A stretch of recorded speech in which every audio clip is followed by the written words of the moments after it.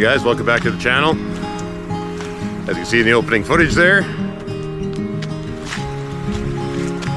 my van is back. We are happy. Weren't so happy with the repair bill, but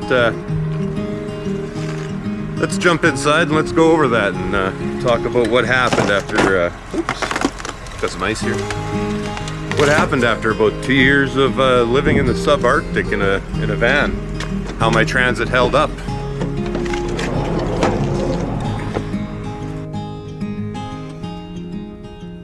Okay, so a little bit of story time. What happened?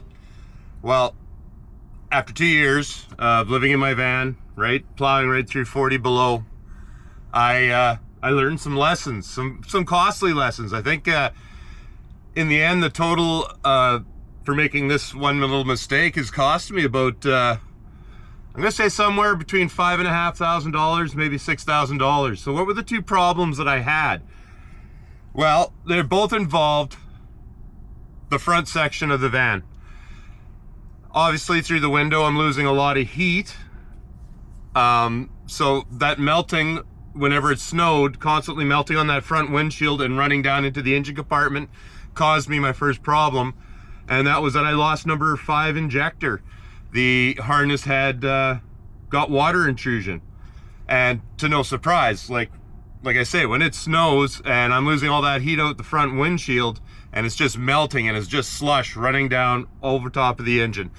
Now, when I talked to the Ford tech, he had talked about there's a drip rail there, right? So when water, like just rain runs down, it runs a drip rail and it runs out. And when these two little drain holes plug, that water running over also runs right on top of number 5 injector.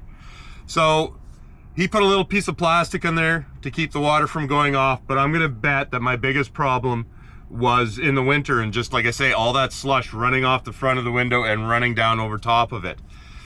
So then the second big problem I had was the one I just recently had, where you guys will remember that I lost the HVAC computer for, well, HVAC, that controls your heat, your temperature. It was causing bad signals across CAN bus, cost me a couple other features stopped working.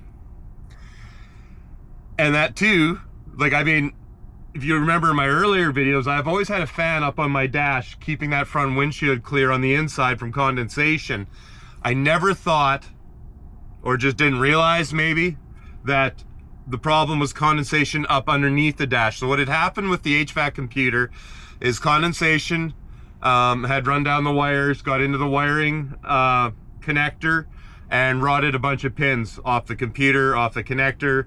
So we had to get a new computer. That was about $2,000 to replace. It was not cheap. And a section of harness, which was under $200 for the section of harness. They had to do some programming. Labor came out to another $2,000. That was a big touch. And I honestly believe that both of these problems are coming from the same issue, and that's heating that front space, because that's the only place that isn't insulated. The rest of the van has all been insulated, double 3M insulation. I think that makes it I'm not sure, I won't even say, but I think it's around R9, R10 insulation in the walls, ceilings, everything's insulated other than that front. So one of the things I'm going to do is after I put a bulkhead between the back half and the front, and I think if I want to do 40 below camping, I'm going to have to, because I just have to keep all that moisture off of the front. So I'm going to investigate putting the bed sideways. Now, if I remember measuring correctly, I have, all right, so I have 65 inches between here. A mattress is, I believe, 75. So a mattress is 75 long, so that's 10 inches I've got to make up.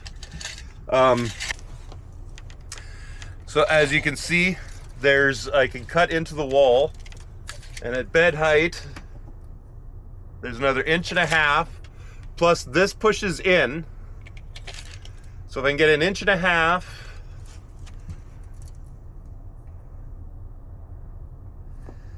so if that pushes in, That'll get me, I think I can get, I'm gonna say about 6, so let's say inch and a half. So I get another 6 inches in there by building boxes in either side of, for either end of the bed when I turn it sideways. Which means I'm still coming up 65, plus another 6 is 71. I might have to cut 4 inches off the mattress to make this all fit. I think that's gonna be a worthwhile sacrifice. At 6'4", my feet hang off the end of the bed anyway, so we don't sleep stretched out. I'm always on my side in kind of a fetal position. The bed turned sideways. I should hopefully, somewhere in here, gain hopefully another 2 feet. So with that extra 2 feet, with the bed being moved back, I'm going to redesign all this space. Something I've thought about doing is putting the fridge over here so that I can move the counter back on this side. See if I can get the counter clear of the door. Put the water jugs directly underneath the sink. And then, like I say, as you can see, there's going to be a wall right directly down here, so I can't get to the front anymore. With the sink and everything pushed back, I was going to make possibly a sitting area with a table. Now, one of the other things I'm going to have to do, is because I'm basically blocking off my only source of light, is we're going to have to put some windows in the van. So I think what I'm going to do is I'm going to get a big side window. Move you over here a little bit. So yeah, we're gonna get a big side window and put it in here. Hopefully this whole counter will be moved back. So this will all be open, and I'm going to, like I say, put a full-size window in there with a little sliding screen so I can get some airflow in here. Plus, the other thing I think I'm going to do is put a window in one of the doors at the back. Probably the driver's side at the rear. Passenger side, hopefully that's where I'm going to put my propane rack on the outside. Take out the one that I built on the inside. The bench along the end here will hopefully give me all my storage, plus I'll have a place to sit down. I also have to put a toilet in here to, well, to do what you do with the toilet. So I think that'll go underneath the bench, and then I'm not sure how I'm going to do a little table. It might just be a pop-up table, like a card table or something. And then the other big thing I'm trying to decide, I might just get rid of the whole TV altogether and just do my entertainment on the laptop. It was nice when I had the chairs and I could swivel them around and watch TV, but I think with the new layout, that maybe just watching on my laptop would be a better idea. It definitely would save more power. And yeah, I'm not sure. It's a nice luxury, but I don't think I need it. So for the front, what we have to do is this shelf, I'm going to cut it back so that when the wall goes up, and hopefully it's just going to come down right here somewhere. Somewhere along here. Wall it right off, seal it off from the front to the back. I'll cut this shelf back. Originally this came as a kit from Van Essentials, and I've extended it so I could have more shelf space. So now I'm just going to cut it back so that in the walls here, that'll be extra shelf space for in the cab. I'm not sure if I'm going to put a little window here so I could communicate back and forth. I'm not sure if I'm going to need that. I probably should, and I probably should make it big enough that I could get my chunky butt through it. You never know what kind of a situation might happen where you might need to get from the front to the back to drive away from something without going outside, like a sandstorm. I don't know where I'm going to be there. I'm going to have a sandstorm, but that would be a possibility. More likely it would be like a rainstorm or heavy snow. So those are my plans for the rebuild for this summer. I have to get all that done before the trip to Tuktoyaktuk.